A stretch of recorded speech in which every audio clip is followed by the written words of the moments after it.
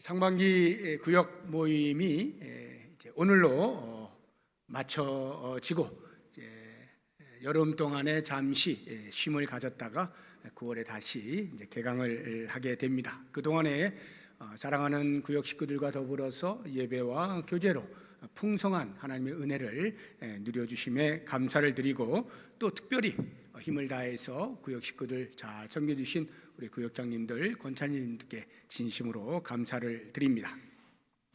오늘 본문의 말씀은 사도 바울이 제2차 선교 여행을 하는 중에 있었던 일입니다. 빌립보라고 하는 지역에서 있었던 일인데, 이 빌립보는 오늘날의 유럽에 이제 사도 바울이 복음을 전하는 첫 번째 지역이 이 빌립보였습니다. 원래 사도 바울은 유럽으로 복음을 전할 계획이 없었어요. 아시아에서 1차 선교여행을 마치고 돌아와서 2차로 떠날 때에도 1차 때 했던 것을 돌아보면서 좀 더 단단히 다져야 되겠다 하는 마음으로 소아시아를 돌고 있었던 중에 성령께서 환상 가운데에서 부르신 거예요. 그래서 이제 빌립보로 가게 된 것이죠. 이 빌립보 이제 생각지 아니한 곳으로 처음 이제 가서 유럽이라고 하는 새로운 땅에 가서 어떻게 복음을 전해야 되나 하고 두리번 하고, 혹시 복음을 들을 만한 사람이 없을까 두리번 거리고, 사도 바울이 이제 가장 먼저 했던 것은 항상 회당을 먼저 찾는 건데 이제 회당이 없었던 거예요. 그래서 기도처라도 있을까 하고 두리번거리는 중에 여인들이 모여 있는 곳에서 복음을 전하게 되는데, 거기에 루디아라고 하는 한 여인이 사도 바울의 복음을 듣게 된 것입니다. 이 루디아가 어떤 여인가에 대해서 오늘 본문의 말씀에서는 두아디라 시에 있는 자색 옷감 장사라고 표현을 하고 있습니다. 두아디라 지역은 아시아에 있는 지역입니다. 그냥 이해하기 쉽게 여기가 빌립보라고 하면은 여기가 소아시아인데, 이 소아시아의 두아디라라고 하는 이곳에서 이 여인이 빌립보라고 하는 유럽으로 지금 건너온 것입니다. 옷감 장사라고 하는 것으로 보아서 무역을 하러 왔구나 하는 것을 눈치챌 수가 있죠. 근데 그 옷감이 자주색 옷감이에요. 그것은 굉장히 비싼 겁니다. 그래서 황궁, 왕궁 또는 관료들, 부자들, 이런 사람들이 입는 옷이에요. 비단 옷이 옛날에 이렇게 좀 갑부들이 입었던 옷이죠. 그런 것처럼 그런 옷을 무역하는 여인이었습니다. 오늘날로 하면 여자 사업가, 이렇게 이해를 하시면 되겠습니다. 그런데 이 루디아가 하나님을 잘 섬기는 사람이라고 표현을 하고 있어요. 하나님을 잘 섬긴다, 그런데 복음을 들었다, 좀 이해가 안 되죠? 근데 그 당시에는 복음이라고 하면 예수 그리스도를 통한 구원의 은혜의 소식을 말하는 건데, 그것을 듣지 않고도 유대인으로서 유대교에 입교를 하면 얼마든지 하나님을 섬길 수가 있죠. 그런 면에서 이 루디아라고 하는 여인은 첫째, 유대인이었을 것이다. 그런데 왜 유대인이 예루살렘에 있지 아니하고 소아시아라고 하는 이방 땅에 있었을까? 그것은 디아스포라 유대인들, 흩어진 유대인들, 예루살렘에만 있는 것이 아니라 여러 곳으로 흩어져서 살던 그러한 사람 중에 하나였을 것이다 라고 추측을 해볼 수가 있고, 또 다른 하나는 이방인인데, 루디아라고 하는 여인이 이방인인데 거기에서 유대교에 개종을 하게 되어져서 유대교인이 된, 그래서 하나님을 섬기는 그러한 여인이었다. 이렇게 두 가지로 추측을 해볼 수가 있어요. 중요한 것은 아직 그리스도를 통한 구원의 소식, 복음을 듣지는 못하고 있었던 상태라는 것입니다. 그런 때 사도 바울을 통해서 복음을 듣게 된 거죠. 이러한 복음을 듣고 이제 구원이 그리스도를 통해서 오는 거구나 하는 것을 깨닫게 되어지는데, 이 구원의 역사가 어떻게 루디아라고 하는 여인에게 임하였을까 보게 되어지면 크게 두 가지가 맞물려야만 구원의 역사가 일어날 수 있어요. 그 하나는 하나님께서 그 여인의 마음의 문을 열어주셔야 되는 거예요. 14절 한번 보십시오.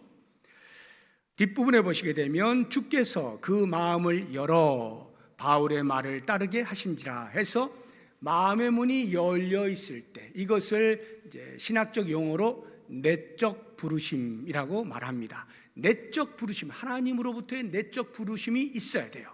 그리고 이것과 함께 반드시 맞장구를 쳐야 되는 또 다른 하나가 있는데, 그것이 바로 외적 부르심이에요. 외적 부르심이란 바울을 통하여 복음을 듣는 것을 말합니다.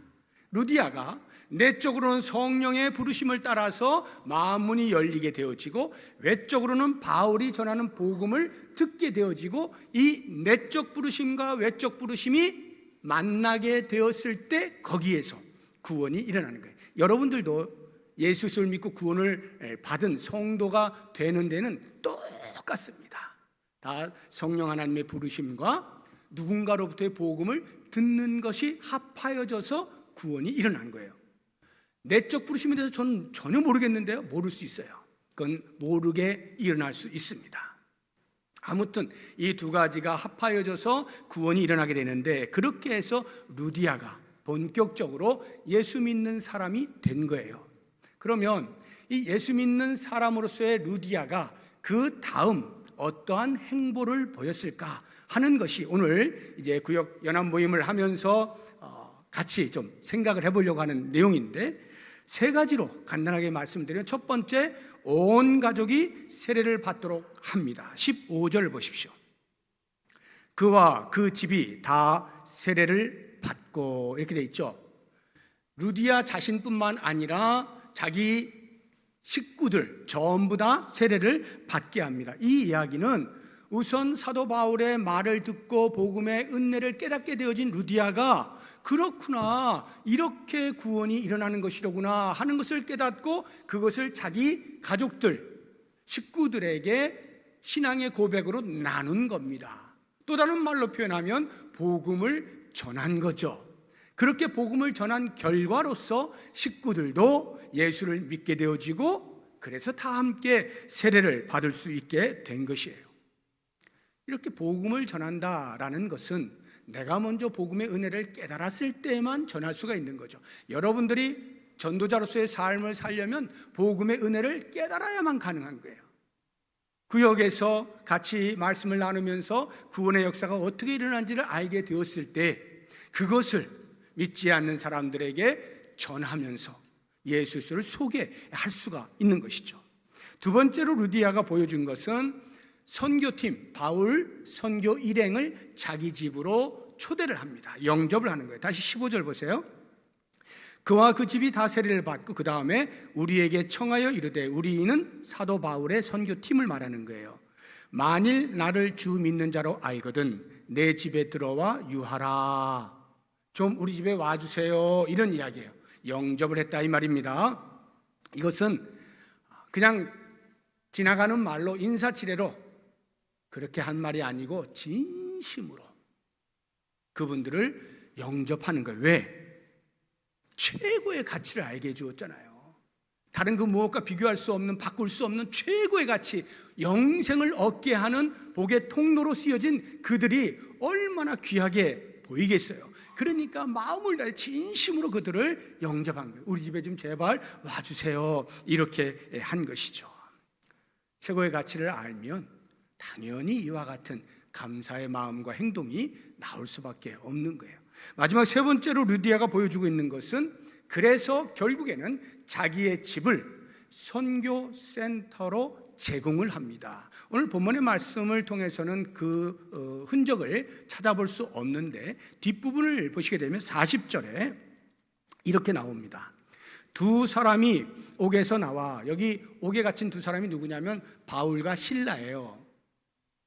점치는 귀신 들린 여인을 고쳐주었다가 그 주인에게 고소를 당해서 감옥에 갇힌 거예요. 그러다가 성령의 역사하심을 통해서 이제 옥에서 나오게 된 것입니다. 그 사이에 간수도 구원받고 하는 일이 이제 일어나죠.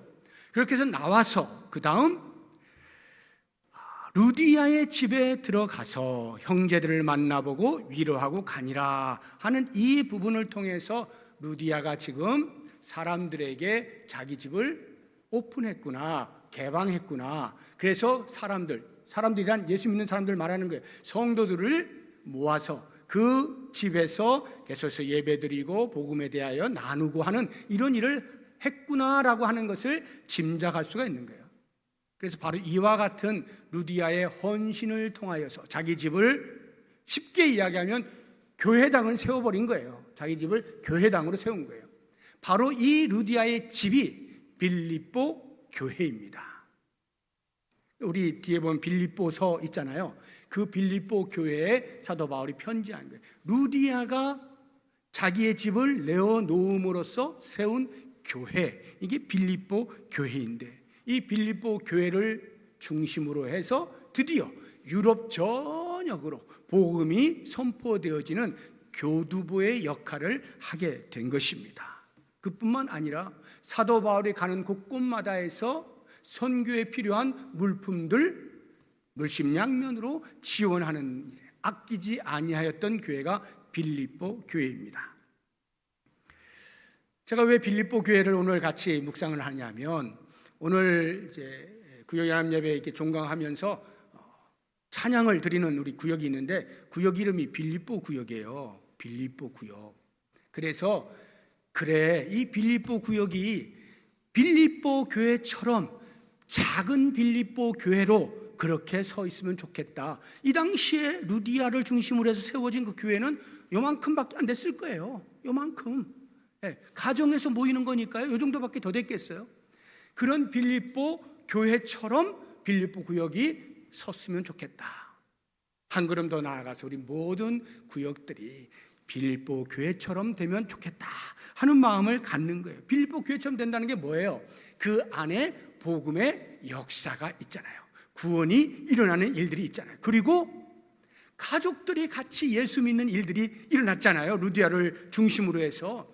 그래서 우리 모든 구역 식구들, 여러분 가운데서 인간 기도를 위해서 기도하시는 가정들, 구역을 통하여서 그렇게 가족 식구들이 다 예수 믿는 일에 쓰여질 수 있는 복의 통로가 우리 구역이 되게 해주십시오. 이런 기도점을 가지시고요. 뿐만 아니라 선교에 앞장서서 구역 식구들이 다 같이 마음을 모아서 복음을 전하는 일에, 선교하는 일에 열정을 품고, 그것이 물질이 되었든 기도가 되었든 후원하면서 선교에 동참하는 그런 구역들, 얼마나 멋있어요. 그러는 가운데에서 그리스도 안에서 아름다운 성도의 교제를 나눌 수 있다고 한다면 그 구역들이 얼마나 멋지게 세워지겠는가.